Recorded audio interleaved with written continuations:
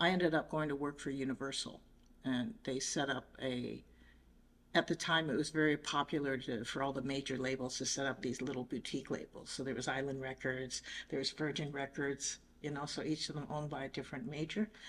And then ours, we were setting up IRS Records, who's owned by Miles Copeland, who is Stuart Copeland, drummer of the Police. That's his brother. Mm-hmm. And he manages the Police. He also manages Sting, right? So we worked for him, setting up a label for him in Canada. So mm-hmm. I was one of 4 people handpicked to do this. And I was not quite 30, so under 30 at mm-hmm. the time. And after a couple of years, like according to our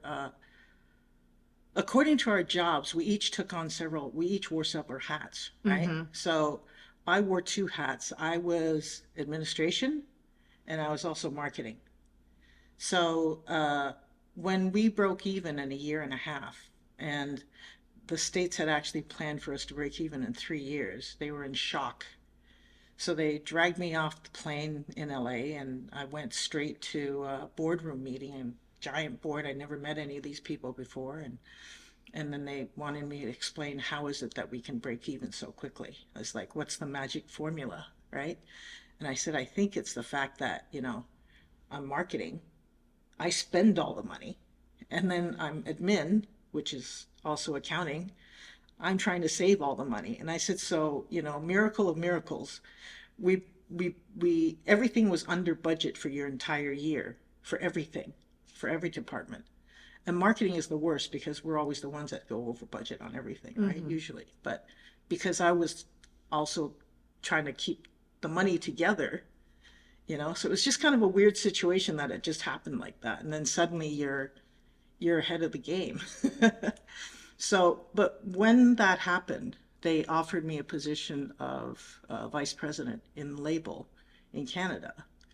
And I couldn't accept it because I'm under 30.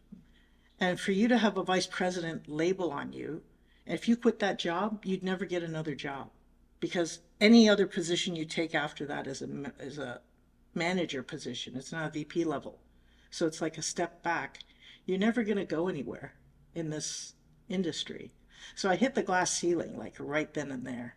Mm. Right? So and you feel this is because you were Asian in the industry? Well, it's because I'm Asian in the industry. It's an industry run by Jewish people and owned by Jewish people, right? So I'm not Jewish. Mm-hmm. I'm female and not male, mm-hmm. so not to get promoted, right?